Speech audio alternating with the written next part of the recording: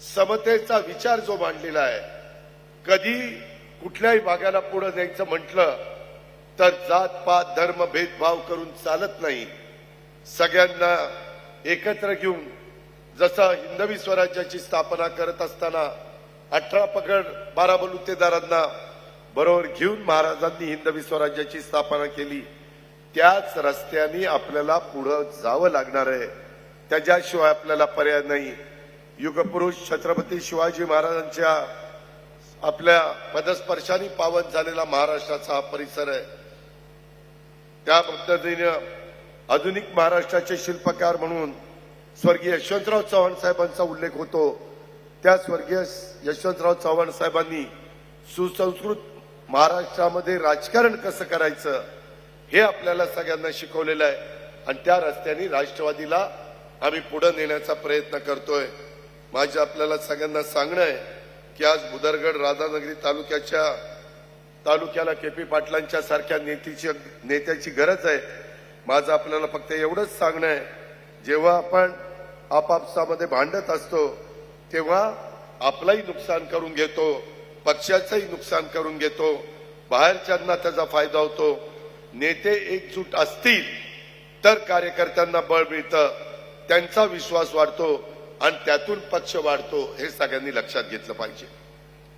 आता त्याचा थोडासा ओझरता उल्लेख हसन मुश्रीफ साहेबांनी केला. मी त्याच्या जास्त खोलात जाऊ इच्छित नाही.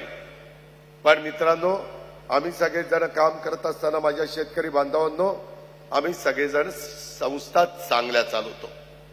तुम्ही बघा, आज सद्गुरू बाळू मामा प्रसारक मंडळ, शिक्षण प्रसारक मंडळ आज केपी पाटलांनी काढलं.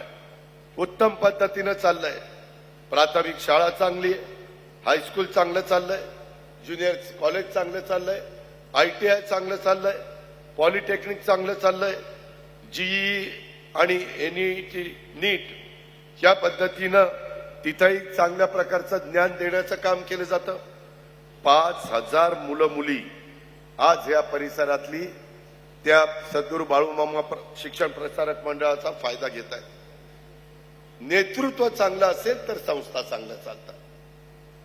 नेतृत्व योग्य नसेल तर संस्था रस्ता तळाला जातात.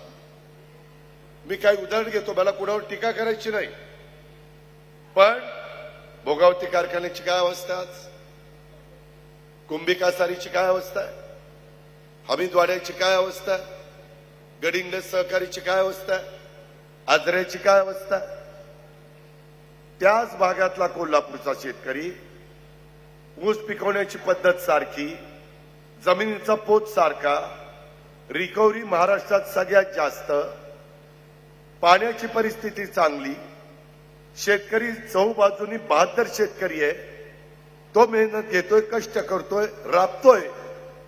पण जर तिथलं नेतृत्व योग्य नसेल तर काय संस्थांची अवस्था होती याचा उल्लेख मी आपल्या सगळ्यांच्या समोर केला. मला त्यांच्यावर टीका करायची नाही, मी स्पष्ट बोलणारा कार्यकर्ता आहे. उद्याच्याला त्यांना अडचणीत बाहेर काढण्याच्या करता सरकारकडे आले तर आम्हीच त्यांना मदत करणार, त्याही बद्दल दुमत नाही. पण आर्थिक नियोजन असलं पाहिजे. आज कित्येक कारखान्यामध्ये तुमच्या जिल्ह्यामध्ये पगार होत नाही, 8-8, 6-6, 5-5 महिन्याचे. भाव चांगले दिले जात नाही. मित्रांनो, पगाराची मारामार ही परिस्थिती आहे आणि त्याच्यामुळं तुम्ही बघा, केपी पाटील हे साहेबांच्या तालमीत, मुश्रीफांच्या तालमीत, माझा त्यांचा अनेक वर्ष संबंध आहे. ज्याचा उल्लेख मगाशी आमच्या रणजितसिंह पाटलांनी केला. त्याच्यामुळं त्यांची शिक्षण संस्था उत्तम चाललेली आहे. त्याच्यामध्ये हुतात्मा स्वामी वारके सहकारी सूतगिरणी.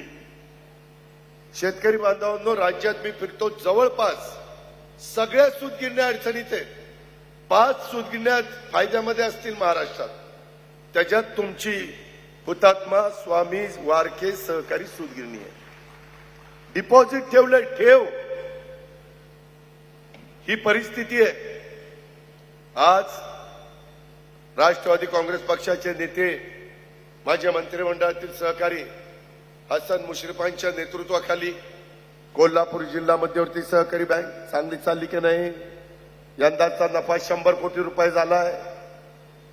आज राज्यामध्ये इतक्या बँका बंद पडल्या, जिल्हा मध्यवर्ती सहकारी बँका कम करू शकत नाही, पीक कर्ज देऊ शकत नाही, अशी अवस्था आहे. आज तुम्हाला 0% व्याजाने पीक कर्ज मिळत आहे. त्यांच्या नेतृत्वाखाली चाललेला गोकुळ दूध संघ आज 20 लाख, महाराष्ट्रामध्ये कुठलाही सहकारी दूध संघ जर सगळ्यात जास्त दूध कलेक्शन करणारा कोणता असेल चांद्यापासून बांद्यापर्यंत, तर तो तुमचा गोकुळ दूध संघ आहे. ह्याचं क्रेडिट मुश्रीफांना जातं, माझ्या दूध उत्पादक शेतकऱ्यांना जातं, संचालक बोर्डाला गोकुळच्या जातं. मार्गदर्शन चांगलं असलं पाहिजे. त्याचबरोबर तुमचा कोल्हापूर जिल्हा बाजार समिती ती चांगली चाललेली आहे. त्याच्यामध्ये आमचे सगळे सहकारी लक्ष घालतात. म्हणजे त्यांचा जो काही साखर कारखाना आहे, संताजी घोरपडे ना, संताजी घोरपडे, तो चांगला चाललेला आहे. आज राष्ट्रवादी काँग्रेस पक्ष महाराष्ट्रामध्ये काम करत असताना आम्ही शिक्षण संस्था असतील, आमचे कारखाने असतील, आमचे दूध संस्था असतील, आमच्या सूतगिरण्या असतील, ह्या सगळ्या गोष्टी चांगल्या चालवण्याचा मनापासूनचा प्रयत्न आम्ही करत असतो.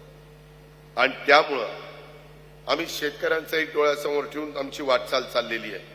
माझी आपल्याला सगळ्यांना विनंती आहे, आज देखील तुमची 1271 रिकव्हरी 3200 रुपये भाव मिळाला.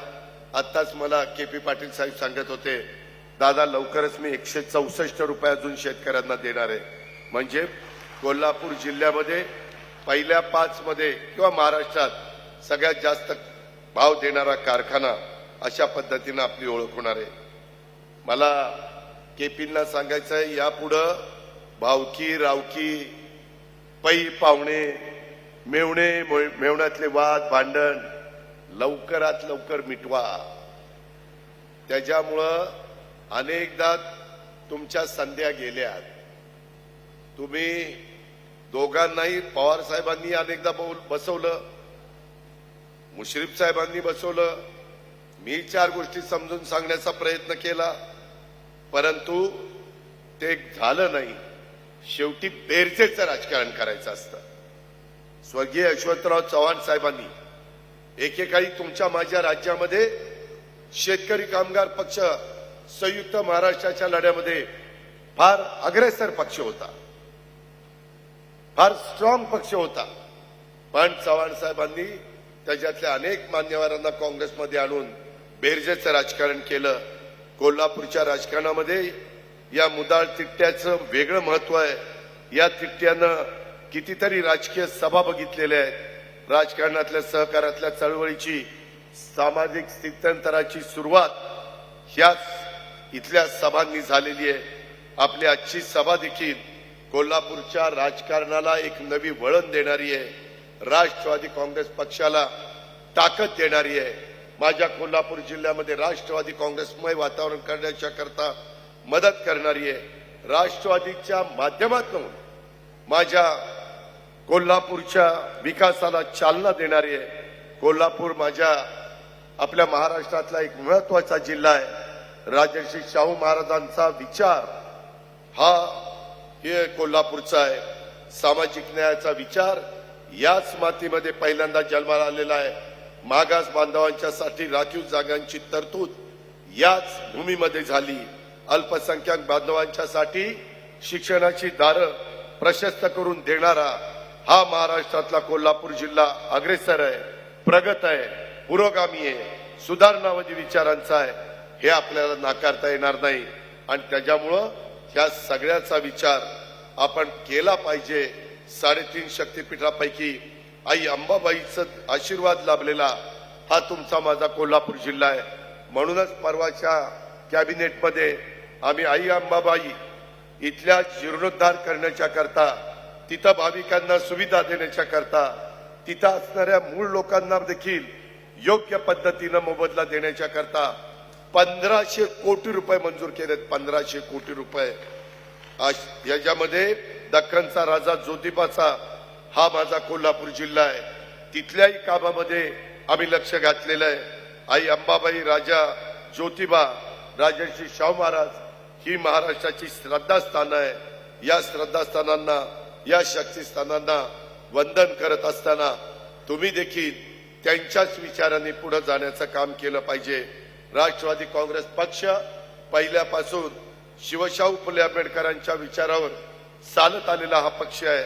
यापुढे देखील मी या राष्ट्रवादीचा राष्ट्रीय अध्यक्ष म्हणून सांगतो, पुढे देखील या शिवशाहू फुले आंबेडकरांच्या विचारांनी चालत राहण्याचं काम आम्ही करू. सर्व जाती, धर्म, पंथ, प्रांत, भाषेच्या लोकांना सोबत विश्वासामध्ये घेऊन आधुनिक महाराष्ट्राचे शिल्पकार स्वर्गीय यशवंतराव चव्हाण साहेबांनी दाखवलेल्या वाटेवरच ह्या आपल्या पक्षाची वाटचाल असणार आहे. हे या ठिकाणी मी के.पी. पाटलांच्या स्वागताच्या निमित्तानं आणि त्यांच्या असंख्य सहकाऱ्यांच्या राष्ट्रवादी काँग्रेस पक्षाच्या प्रवेशाच्या निमित्तानं सांगतो. आणि या पद्धतीनंच आपल्याला आपला महाराष्ट्राचा सर्वांगीण विकास करून घ्यायचा आहे. आज इथं येत असताना काही प्रश्न मला केपींनी आपल्या भाषणामध्ये पण सांगितले, माझ्याकडे निवेदन पण दिली. स्वतः आमचे मुश्रीफ साहेब त्याच्याकरता प्रयत्न करतायत. मी राज्याचा अर्थमंत्री म्हणून 11व्यांदा तुमचा अर्थसंकल्प सादर केलाय. 7,20,00,000 कोटीचा अर्थसंकल्प होता आणि एकंदरीतच त्यांनी सांगितलेली कामं पण टप्प्याटप्प्याने पूर्ण करण्याच्या करता, मार्ग काढण्याच्या करता मी, मुश्रीफ साहेब, आम्ही सगळेजण त्या ठिकाणी मदत करू. ह्याबद्दलची पण ग्वाही मी आपल्याला देतो. मित्रांनो, काही गोष्टी तुम्ही समजून घेतल्या पाहिजे.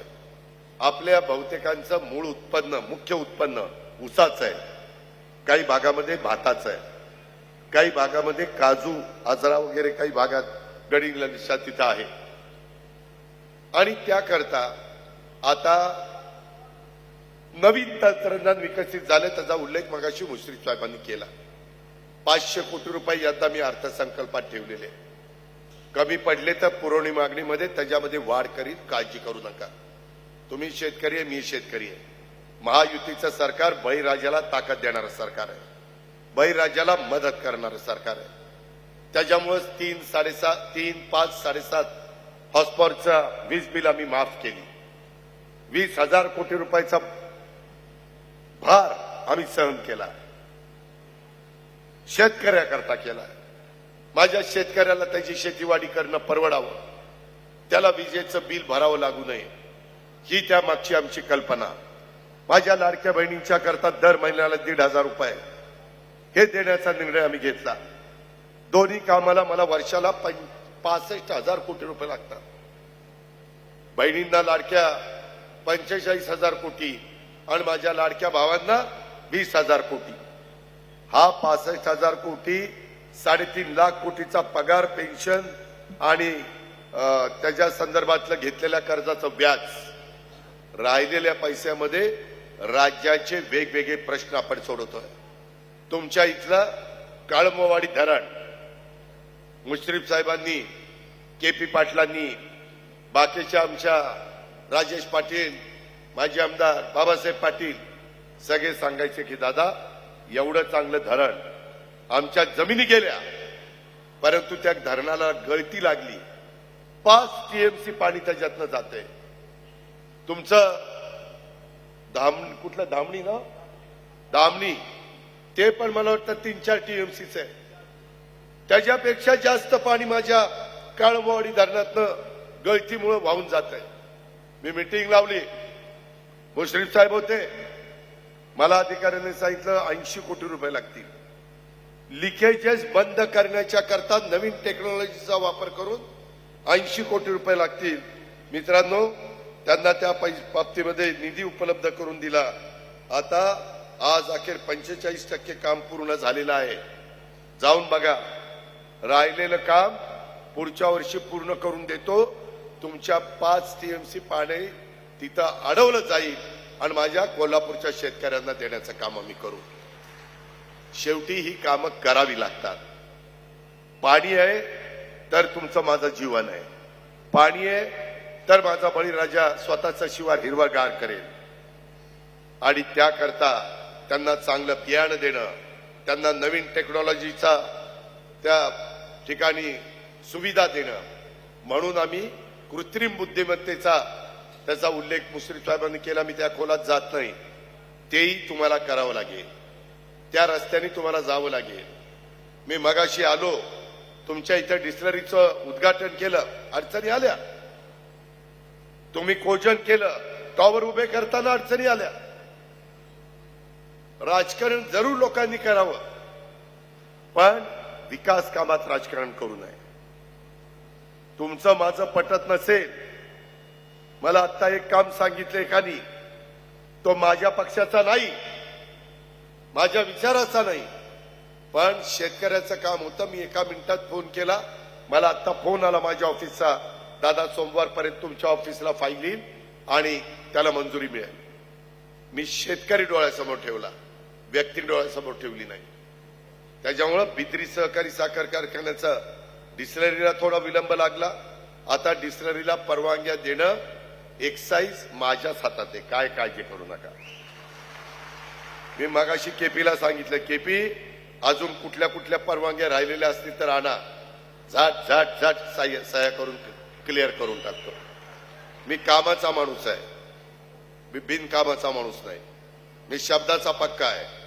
महाराष्ट्र मला ओळखतो आणि त्यामुळं आपल्याला उद्याच्या येणाऱ्या स्थानिक स्वराज्य संस्थांच्या निवडणुकीच्या निमित्तानं, जसं तुम्ही दूध संघ जिल्ह्याचा, जिल्हा बँक, माझा कोल्हापूर जिल्हा बाजार समिती, या वेगवेगळ्या संस्था ताब्यात ठेवल्या, तसं मुश्रीफ साहेब आपल्याला राष्ट्रवादी काँग्रेसचे जास्तीत जास्त उमेदवार जिल्हा परिषदेमध्ये, तालुका पंचायतीमध्ये, त्याच्यामध्ये सभापती, उपसभापती, अध्यक्ष, उपाध्यक्ष, विषय समितीचे सभापती, नगरपंचायत, नगराध्यक्ष, उपनगराध्यक्ष, नगरपालिका, महानगरपालिका कोल्हापूर, महापौर, उपमहापौर, स्टँडिंग कमिटी हे आणावे लागणार आहे.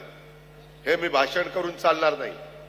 सभासद नोंदणीचा कार्यक्रम आपण हातात घेतलाय. 4 महिन्यात निवडणूक आहे. बघता बघता दिवस जातील. पावसाळा सुरू होईल. मान्सून तिकडं लक्षद्वीपला पोहोचलाय. साधारण मंथ एंडला केरळला येईल. केरळला आल्यानंतर आपल्याकडे हे बघत, तुमच्या माझ्या शेतीवाडीचा विचार करत, प्रपंचाचा विचार करत राष्ट्रवादी काँग्रेस पक्ष 80% समाजकारण करतो, 20% राजकारण करतो. हे डोक्यामध्ये सतत ठेवून या सगळ्यामध्ये लक्ष द्यावं लागेल. नवीन पिढीनं पण इथं लक्ष द्यावं लागेल. अजित पवार झाला उपमुख्यमंत्री, भुजबळ झाले मंत्री, मुश्रीफ साहेब झाले मंत्री, परंतु खालच्या कार्यकर्त्यांचं काय? त्यांनी कुणाकडे बघावं? ह्याच्यातच कार्यकर्ता पुढे येतो. कितीतरी जिल्हा परिषद, तालुका पंचायत किंवा सहकारातनं पुढे आलेली माणसं फार मुख्यमंत्री पदापर्यंत पोहोचलेली आपण बघितलेली आहे. ही संधी आहे. सत्तेचं विकेंद्रीकरण केलंय. स्वर्गीय यशवंतराव चव्हाण साहेबांनी केलं. ठराविक लोकांच्या हातातच मक्तेदारी नसावी. गावच्या माणसाकडे पण पुढारपण गेलं पाहिजे. नेतृत्व निर्माण झालं पाहिजे.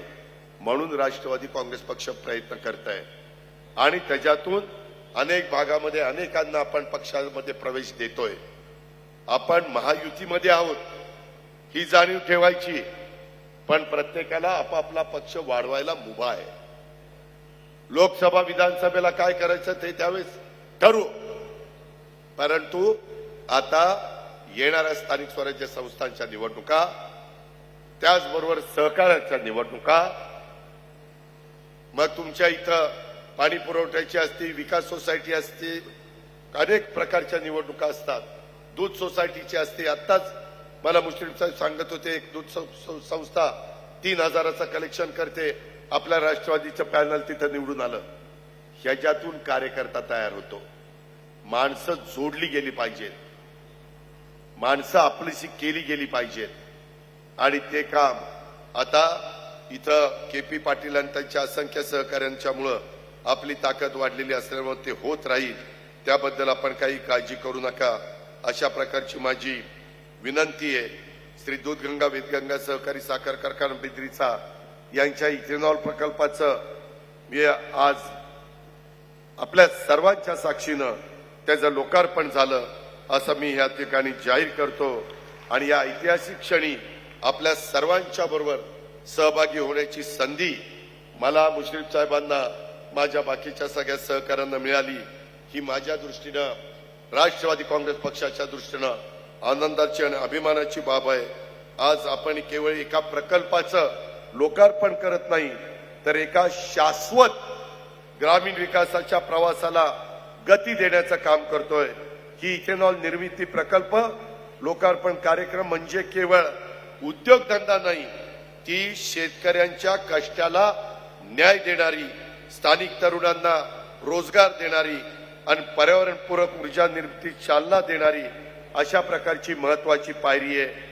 आपण सगळ्यांनी आपल्या कारखान्याच्या कार्यक्षेत्रातल्या शेतकरी कष्टकऱ्यांच्या जीवनात सामाजिक क्रांती के.पी. पाटील साहेब तुम्ही आणि तुमच्या संचालक बोर्डाने केली। या कारखान्यामुळं बळीराजाच्या बाजारात पत वाढणाऱ्या, आपली पत आणि प्रतिष्ठा वाढणाऱ्या संस्थेच्या पाठीशी तुम्ही सभासदांनी ठामपणे उभं राहिलं पाहिजे आणि ह्याच्यातून माझ्या शेतकऱ्याला अधिक ऊसाचा भाव मिळाला पाहिजे हीच अपेक्षा मी या निमित्तानं व्यक्त करतो। आणि भर पावसामध्ये आपण मोठ्या संख्येने के.पी. पाटलांचं स्वागत करण्याच्या करता या कार्यक्रमाच्या करता उपस्थित राहिल्याबद्दल आपल्या सर्वांना लाख लाख धन्यवाद देतो आणि आपल्या सगळ्यांची रजा घेतो। जय हिंद, जय महाराष्ट्र, जय राष्ट्रवादी। धन्यवाद दादा, धन्यवाद। यानंतर आव्हानासाठी माननीय विश्वनाथ कुंभार साहेब। राष्ट्रवादी काँग्रेस पक्षाच्या या राज्याचे